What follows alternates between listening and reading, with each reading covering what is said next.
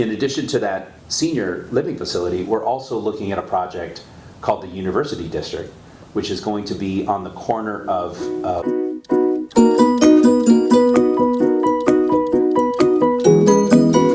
Hi everyone, and welcome back to another episode of Tea with EDI. This is our third episode of 2025.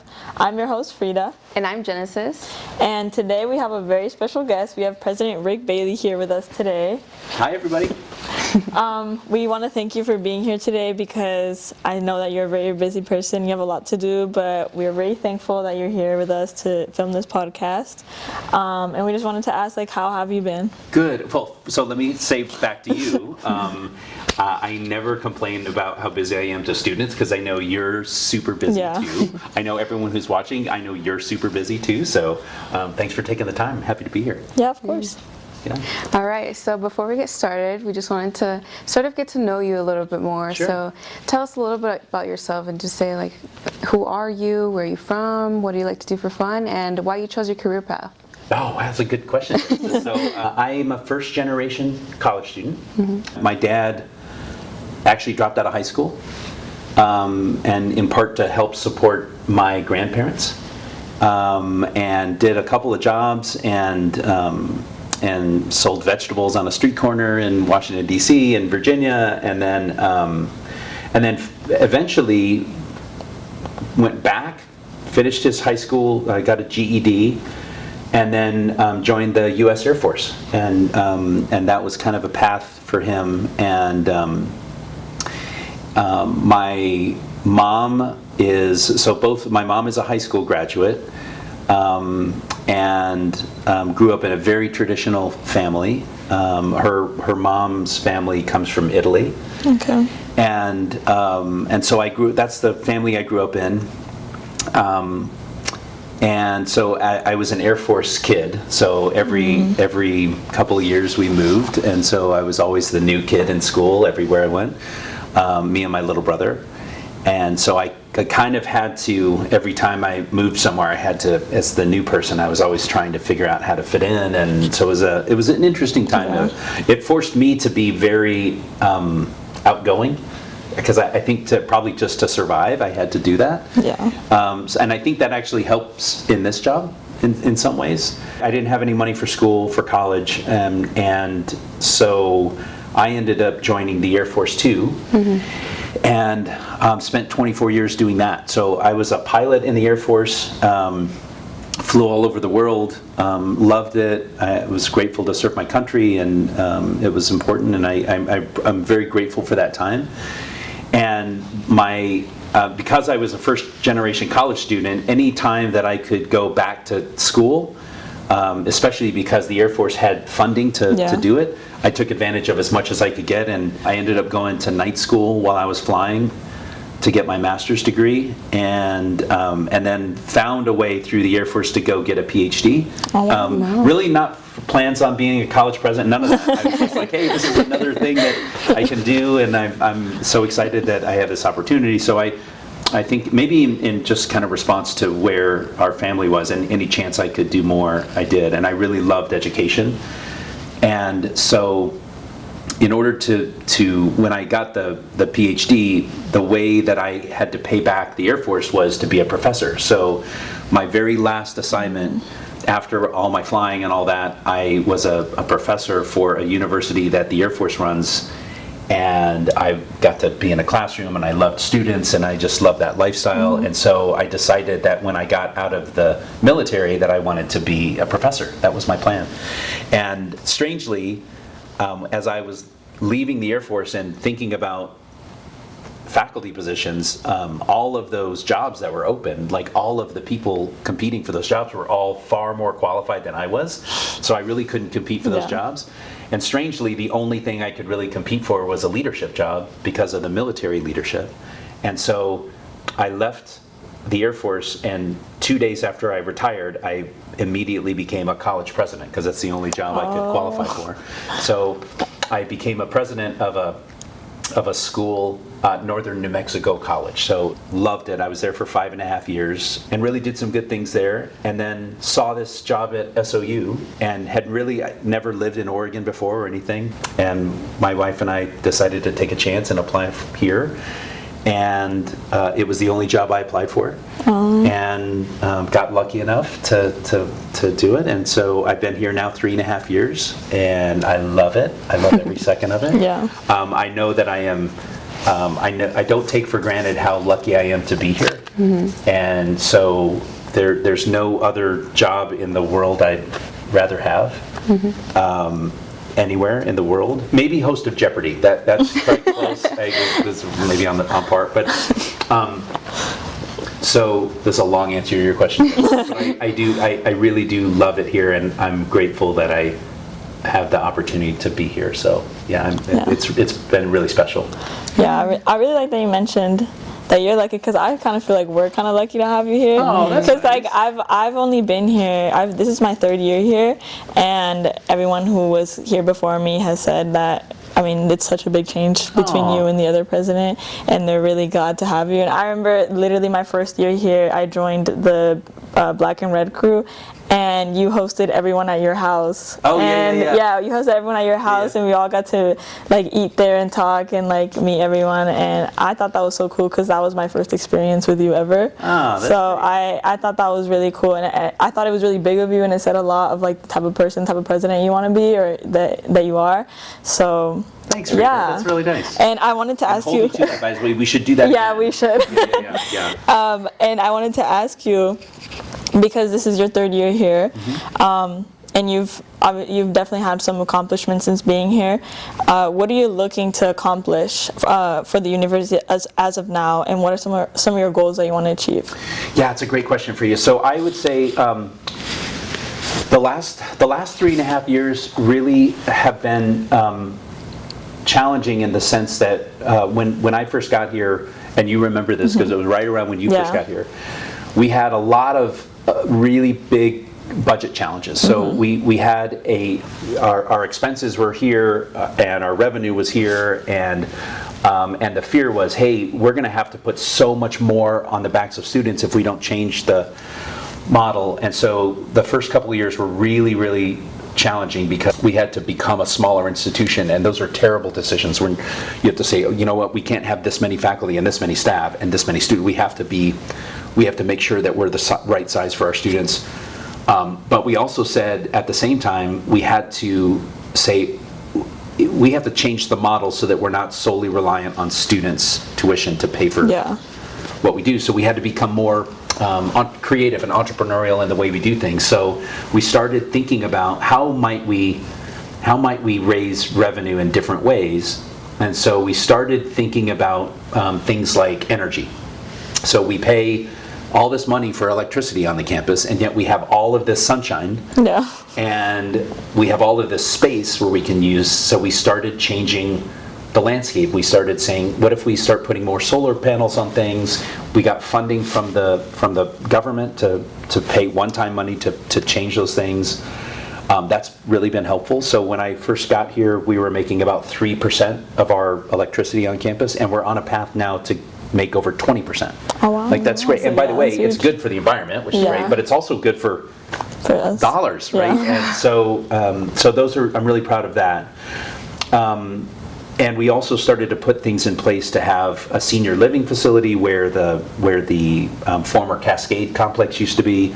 We're going to be a revenue partner with them.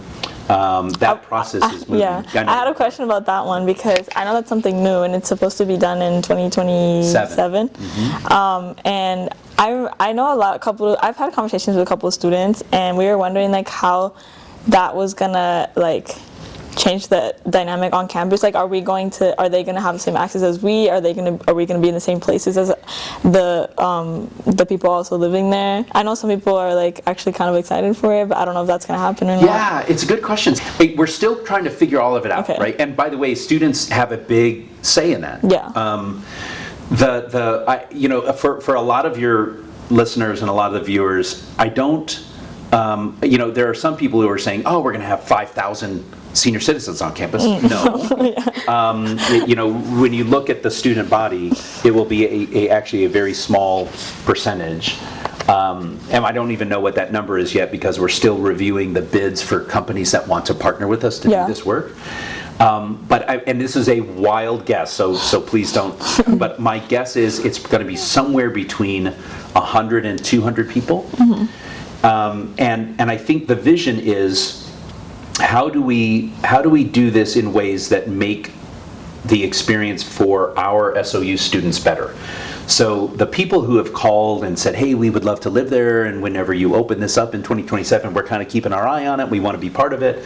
There are also people who have said things like, hey, we'd like to help out on the campus. And I had this vision that, have you ever been to a hospital and when you go to a hospital, there's usually an information desk, and there's someone there, and it's typically someone who's retired and they're just volunteering, and they're there with a smile on their face, and they're there because either you or someone you love is sick, and so you're already emotionally vulnerable. And there's someone there who's a retiree that's just there with a smile on your face to help you, and here's where your room is, and here's where you're going. And I said, what if we took a model like that and we blew it up for a university?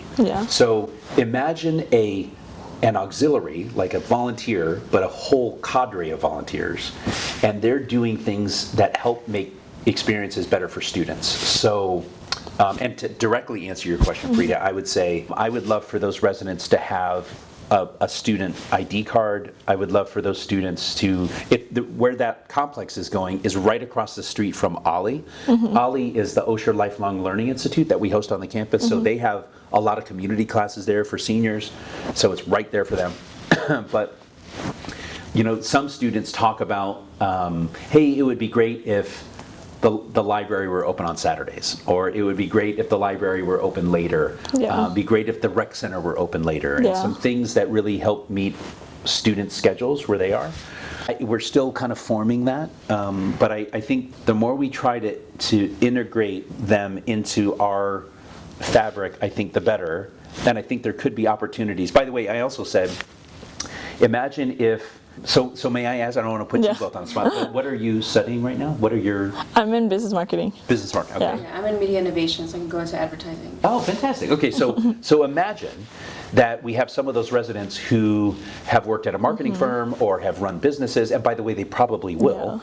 And now they say, oh, hey, Frida, Genesis, let me introduce you to people who are in the area who do this, and if you want an internship, or so there might be ways to connect, for them to be connectors to opportunities for students, for paid internships and some other things. So I think all of those things are what we're trying to think about as we move forward. Well, overall, I like that vision. I like that. I think that a lot of people that I've talked to have been like I would actually enjoy getting to meet these people if they're going to be around us. I would love to be around them. Yeah, that's too. really. I hope that a lot of students feel like that. So far, I'm going to say 99%. 99%, no kidding, have said exactly what you've said. Hey, I think it'll be cool. There's 1% who are like, I don't want, is it going to completely change the landscape of the school, and is it not going to be a place for young people anymore? And so I don't think it's going to be that. And so I think we have to be really mindful of how we integrate. But I think overall it's going to be great. Here's the other thing. In addition to that senior living facility, we're also looking at a project called the University District, which is going to be on the corner of Ashland and Walker Street. So it's right next to the new Shasta McLaughlin. Oh, okay, over there. And the vision there is similar. It's a revenue project, but the vision there was to have a facility where the ground floor would be potentially retail space, so maybe businesses that students say these are the kind of businesses that we'd like to have, that would actually make it more fun for us to hang out on weekends. And by the way, this is going to be a shameful plug for Chipotle, but we had talked about, because it was actually with the Black and Red crew, we were talking about, what kind of businesses do you want? And all of the student athletes are like, we want a Chipotle. That's the solve all the problems. Well, now there's a Chipotle that just opened down the street. And one of my colleagues, and I'm not going to say her name because I don't know if she wants me to say this, but she was there with her husband the other night. She's an SOU graduate, and it was packed with SOU students, packed. So Yep. are there things like that we can have on the campus where now students, especially students who live in Shasta-McCaughlin and maybe student family Yeah. housing, are like, you know what, we don't need to go all the way. Yeah. We're going to have something here that kind of keeps us here. Yeah. And then selfishly, I say, when we have that kind of environment there, and then we have the senior living facility here, now it's kind of a more, there's more of a scene, Yeah, right? I agree. For students, so Yeah. that's the goal. Okay. Yeah, I know you keep highlighting like affordability for the school. So I know one of your proudest accomplishments, which you stated in the last podcast episode, was college affordability and group effort that was made to achieve that. So what has been done in the last year to continue to protect students financially, and especially with like rising national concerns about tuition, inflation, and federal funding? Yeah, it's a great question. So we have, by the way, I've said it's a great question every time, so it's a really good question. Yeah, thank you for that, Genesis. I think I think we have to, everything we do and every decision we make has to start with, how do we make sure that the school stays affordable and accessible? So right now, our tuition and fees for a year run about $12,000, right? North of $12,000, and that's for an in-state student. And then you add on food, housing, everything else, it starts to get way up there, right? So I think everything that we do is always about, how do we prevent a runaway train? Right? Yeah. So last year, actually, this was since the last podcast, one of the decisions we made was to partner with La Clinica, and that is an organization that that helps to run the Student Health and Wellness Center. And they share the same values. They were very specific on making sure that we were still going to provide care for transgender students, and all of the very things that were very important to us, they were on board with. And last week, our Board of Trustees had a vote on tuition, and one of the things that we were able to do in that is to say, hey, here's the student health fee. That's not a dime. It's not increasing a dime. And the only reason that we were able to do that is because La Clinica, because of that partnership, we're able to keep the costs low. So that's a really small example, but the more we think about decisions that help us keep costs low, the better. I'll also say that we're just at the start of this, but things like the solar projects, things like philanthropy. So we've been raising a lot more money lately, which is great. And by the way, if there's any donors, feel free, please, to help our students. The thing I'm excited about is some of those, we're always going to raise money for scholarships, like to pay for merit scholarships and all the other scholarships that we offer. But we're also now, for the first time, and it'll be this year, for the first time, we're actually using philanthropy to help pay for the salaries of faculty members, right? So imagine that now we start, this is the vision. This is actually another piece to your question about where we need to go. Is I envision a future within the next couple of years where we're actually using philanthropy in an endowment. Okay. And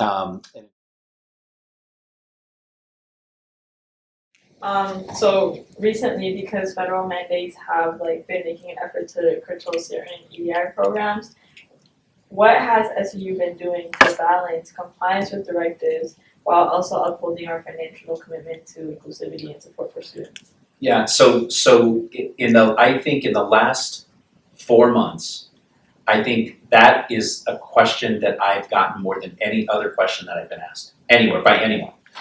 It is clearly something that I think every student is thinking about right now. I think it's a question that a lot of community members are thinking about, and this is a very interesting, challenging time for colleges and universities across the country. And the way you ask the question is perfect. It's really, how do we balance? We are a public institution, so as a public institution, we have to we are responsible for federal and state law.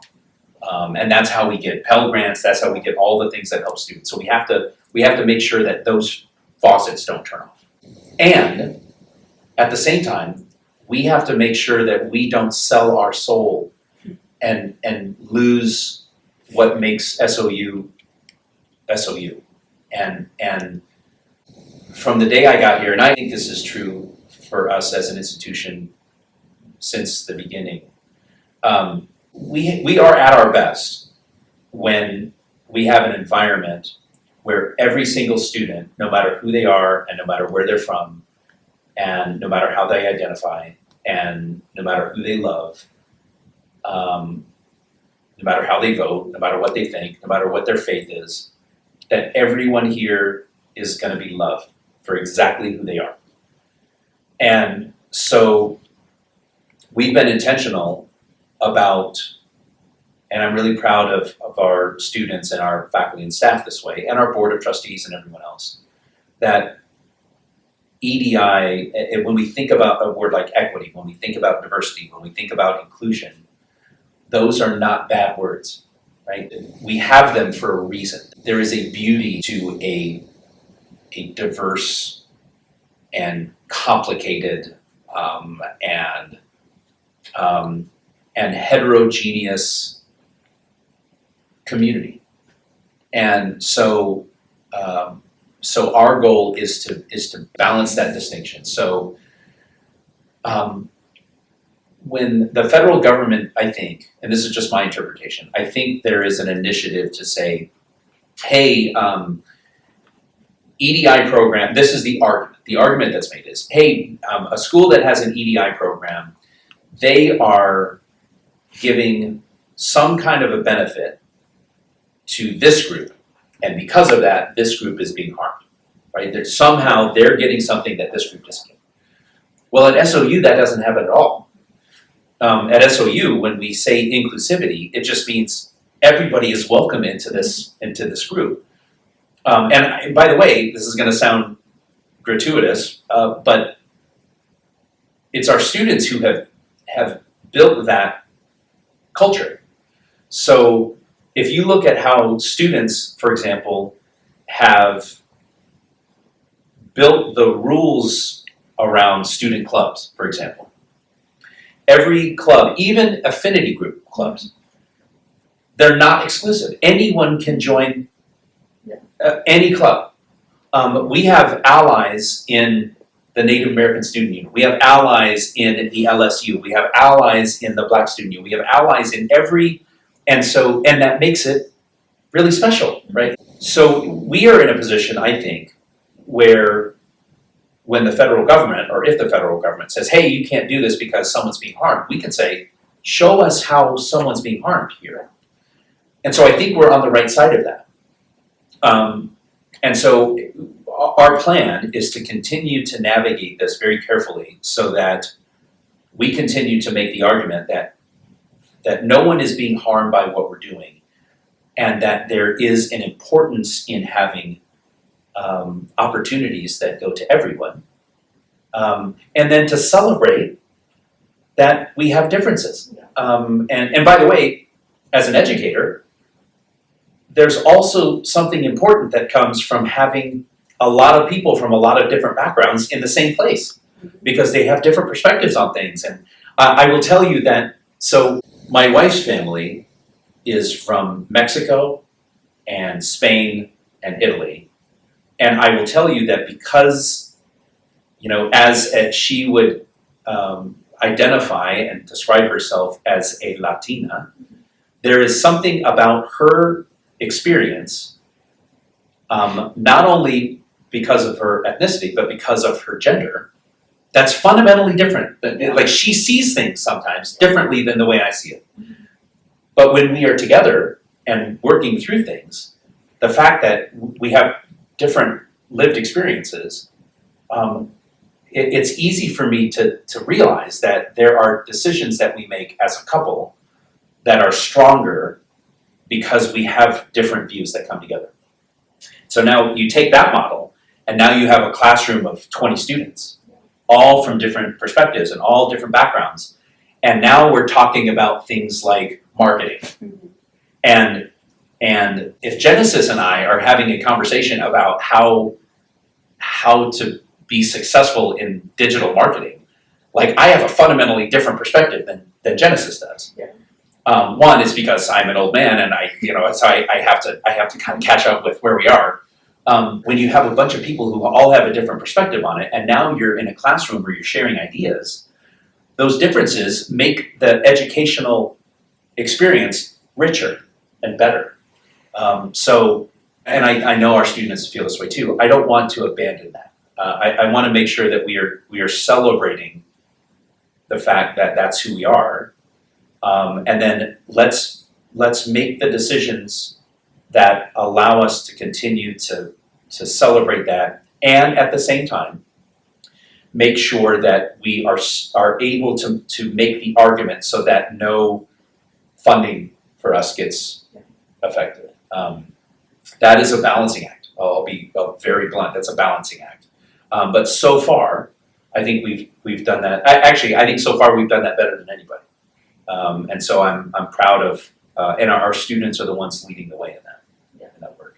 I like that you mentioned for student clubs, because me and Genesis are both part of the LSU, and now she'll be part of leadership next year, and I was for 3 years, and I agree with like the whole, like, we are the ones that make the place inclusive. Like, we have people who aren't of Latin descent who join our club and they love it, and we love having them there because it's a different perspective as well. And Right. I think that EDI is just creating the spaces for people, but it's not excluding anyone. Right, yeah. So I think that I like that. So when we talk about diversity, it also means military veterans. Yeah. It also means people with accessibility needs. It also means neurodiverse populations. It also means so I think unfortunately there are people who look at EDI and they immediately say this is some kind of a political or a woke or a and I think it's unfortunate that they distill that down to something that it's almost weaponized, right?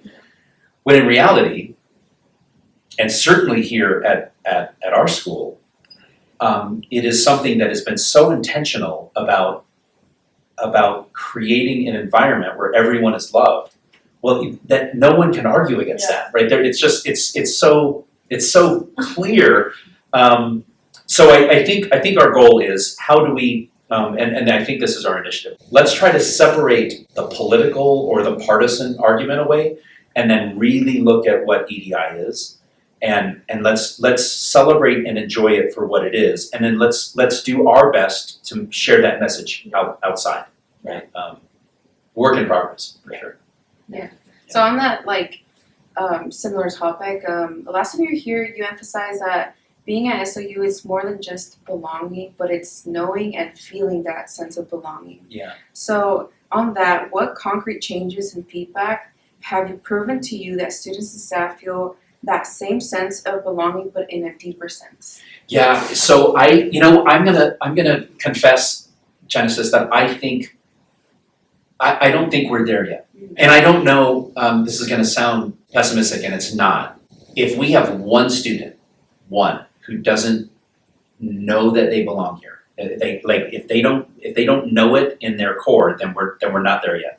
We did a survey a couple of years ago. It might have been like right around when you got here, Frida. We did a survey of students, and we asked students, hey, do you know that you belong here? Not only do you feel like you belong, but do you know that you belong here? And it wasn't 100%. One thing that still kind of is in the back of my mind all the time has to do with the LGBTQ community. So we asked, do you feel like you're safe when you're on campus? And SOU has gotten national awards for being inclusive for LGBTQ members. And I'm really proud of that. But in that survey, a third of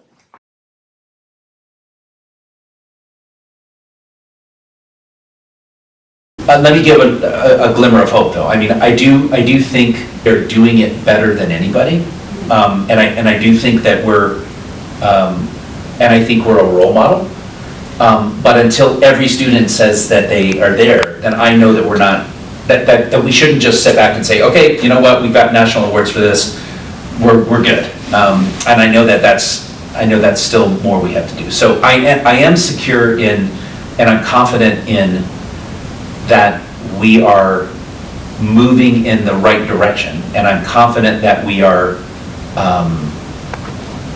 that we're intentional about moving. But I also want to acknowledge that there's no mission accomplished here. I think that work is going to still need to be at the core of what we do, and things like the EDI podcast. And thank you for doing this. It's a reminder, right? There's still more that we have to do. So I also think that we aren't the people with all the answers.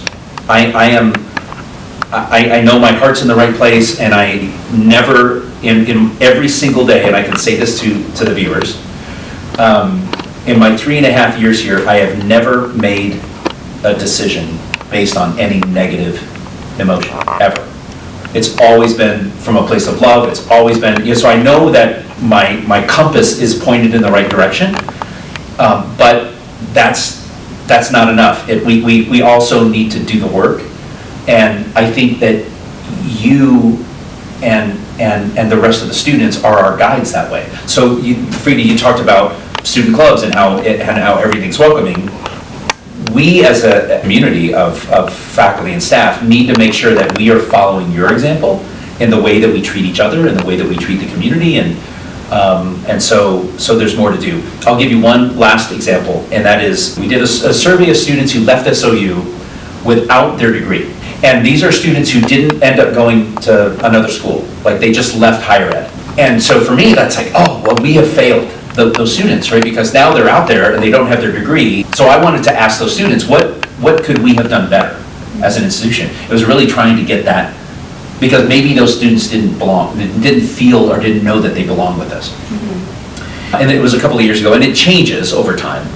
But in this particular survey, the number one reason why students left without their degree, I thought it would be, I had to get a third job, I had to, all the cost things.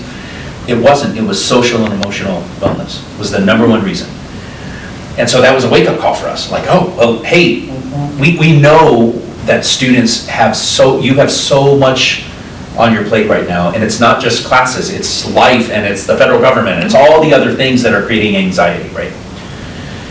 And so we started looking at, okay, how do we do things differently? So one of the things we put in place, and this was about 1.5 years ago, we started looking at, hey, a lot of times for social and emotional counseling, when students try to get an appointment, it's based on a schedule that is really based on what people my age are, and so it's 9 a.m. to 5 p.m. or whatever. Well, that's not always when students need help. And so we partnered with an entity called TELUS that now has 24/7 counseling, and it's all virtual, and so student can access it anytime. And so we started getting feedback for when students use that the most, and it was surprising and not surprising. And I probably will be corrected on this, but the stuff that I saw early on was that the time of day when students use that the most, 1 in the morning. Like that's when students are accessing that. And that's typically not when a clinical mental health is open, right? So those are kind of examples of how, okay, we really need to meet students where they are, and no matter what their challenges are, how do we make sure we meet them? There's also students dealing with food insecurity and housing insecurity and all these other challenges.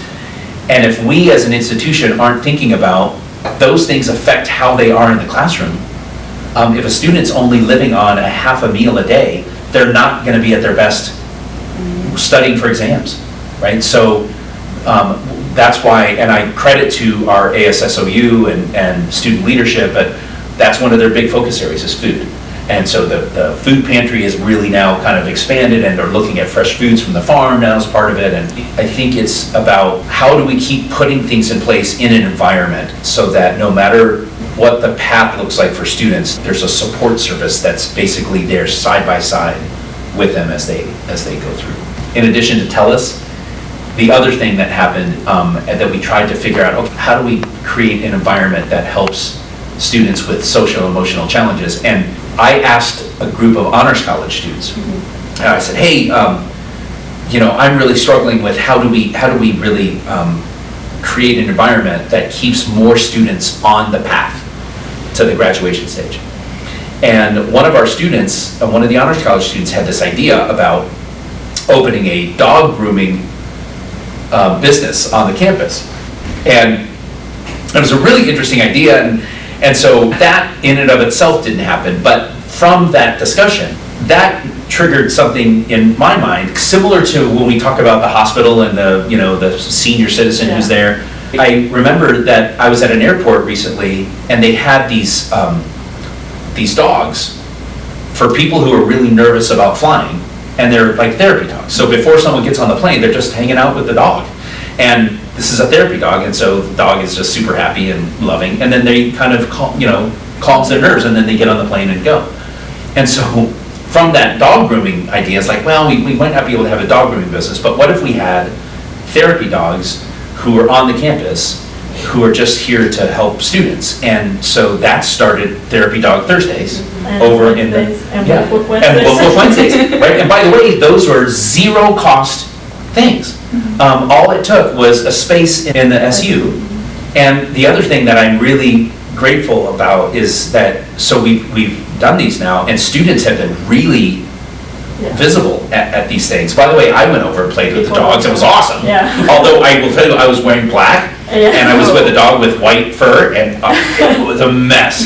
But we also have faculty and staff now who are also going and doing that. And so all of those things are an attempt to try and continually remind students that everybody is here for one reason, and it's just to help students get to help them achieve their goals. So, and any other ideas that you have for doing that? I mean, that's how we move forward. Yeah. Well, we want to thank you for your taking this time and answering all of our questions. Yeah.